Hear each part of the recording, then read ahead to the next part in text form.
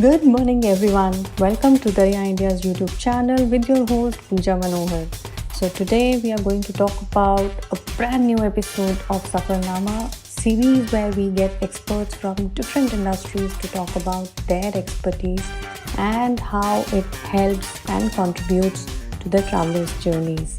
And the guest for this episode is Deepti Sehgal. So Deepti wears many hats. Deepti is amongst selected macrobiotic and alkaline diet nutritionists in India. She's also a clinical nutritionist qualified in traditional Chinese medicine philosophy and is a master's in yoga. In addition, Deepti is also an ICF certified wellness coach, corporate wellness trainer, speaker, and an author. And she's been guest speaker at LG Electronics, Kothari School, among many. So let's get started.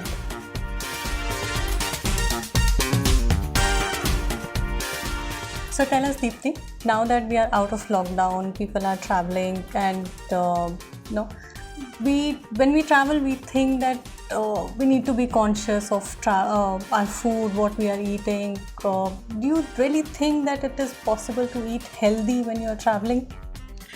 Of course, it comes from within you also, because when you're traveling, you want to be at the best of who you are, you want to look good, you want to feel good. And that's only possible when you actually focus on eating the right foods, not just mindlessly eating whatever comes your way. Having said that, of course, I do believe that it is possible to eat healthy while on a travel. Of course, it will depend which location are you at, but some part of it, of course, you can some quick things you can carry with yourself, which can actually make sure that your some basic health health things are taken care of with the stuff that you're carrying. Maybe carrying something like a nuts or some super powders. Of course, I can talk of them later when we discuss about what kind of foods we can have with us. Sure.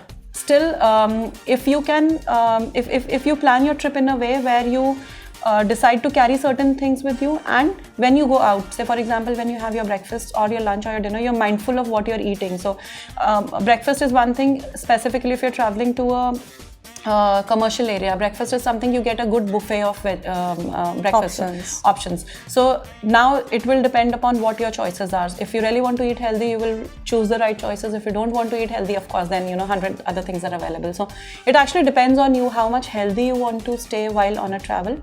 Anywhere between 50 to 70%, I still believe you can eat healthy and still travel well. And still enjoy your food. Yes. All right. So when we say we are traveling to any place, I mean it could be hill, it could be beach, it could be any kind of expedition. Right. How do you think what and how to prepare our body for that kind of travel? So from the nutritional perspective, there are specific main nutrients that you focus on: your carbohydrates, your proteins, your fats, vitamins and minerals. This is what you would want to make sure that are ample in your body, which will work in their own specific ways to make sure that you have enough energy, you have enough positivity, it maintains your appearance. So everything coming together in a specific right proportion will make sure that it makes you look and feel good, both. Even before your travel, you start to design your diet in a way where you start to lighten down your meals, where you start to have meals which are not much fried in nature, much baked in nature, more of flowy foods, going up on your water intake, of course, because the more hydration you have, the more flexible you are, the more you have you have more strength and energy for any kind of travel that you're doing.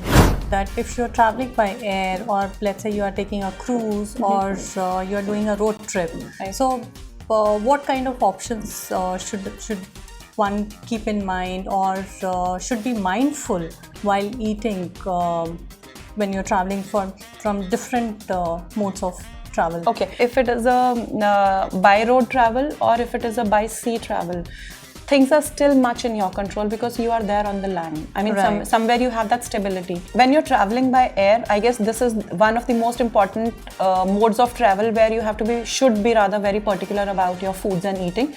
Why? Because we, when it is an air travel, of course, a lot of people travel for their vacation, which means already even before they realize, a lot of wrong foods start to get into your body. You get into that vacation mood. But vacation does not necessarily mean wrong foods. So why I'm saying so, because when you are, when you're traveling by air, automatically the air pressure is low. oxygen. It's a limited supply of oxygen that you have, and for your foods to metabolize in the body, you need enough oxygen. So whenever it is a travel on air, I would highly recommend be very, very light. So another common thing which we face while we are traveling, because there is time difference or there is air difference, or there are a lot of factors which contribute to that difference. We tend to feel a little acidic while we are consuming food or drinks, or someone can have common issues like indigestion or constipation or any kind of health condition like feeling fatigue. How do you advise them to cope up with it? Keep a check on your water intake. Very, very important. If too much of water consumption is not possible, you can at least have water bottle available with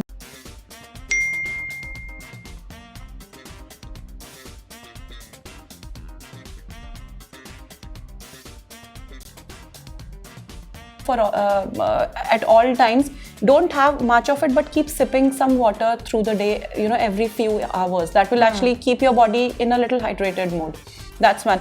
And mornings, as I always say, are always under your control. You are at a settled place. So try to have your maximum quota of water in the morning itself. So any one last hack which you want to give that can make our travel less stress-free, more enjoyable? Yes, so I think this one last hack is the most powerful one. It is completely free of cost and completely in your hands and control. If you have to look at the sequence of what can actually make you feel energetic in your normal day-to-day life and also while on a travel, the sequence has to be air, water and foods. And air is completely in your control by incorporating certain breathing practices. So again, I would say start preparing your body for the travel at least a week or 10 days before you are traveling. Start incorporating certain pranayama practices, maybe 10 minutes of deep breathing practice. The more your lungs open up, the better the circulation gets inside the body, the better you will be in a better state, body and mind wise, to be able to enjoy your travel better. And some of the good practices could be as simple practice as Kapalbhati, as simple practice as Anulom Vilom. Anulom Vilom is an amazing practice to build up your lung capacity. It actually strengthens your lungs. So, and that gradually, once you start doing it, you will realize how drastic difference it can actually make to how you spend your days while on a travel, because you will be feeling at the best of you would want to be. So I think secret of a good holiday just does not lie in a place you are going, just does not lie through the mode you are using, but it also lies how well you are enjoying it and how well the basics of life you are incorporating. So it's all about your experience, and your experience will be good if you're feeling good with it.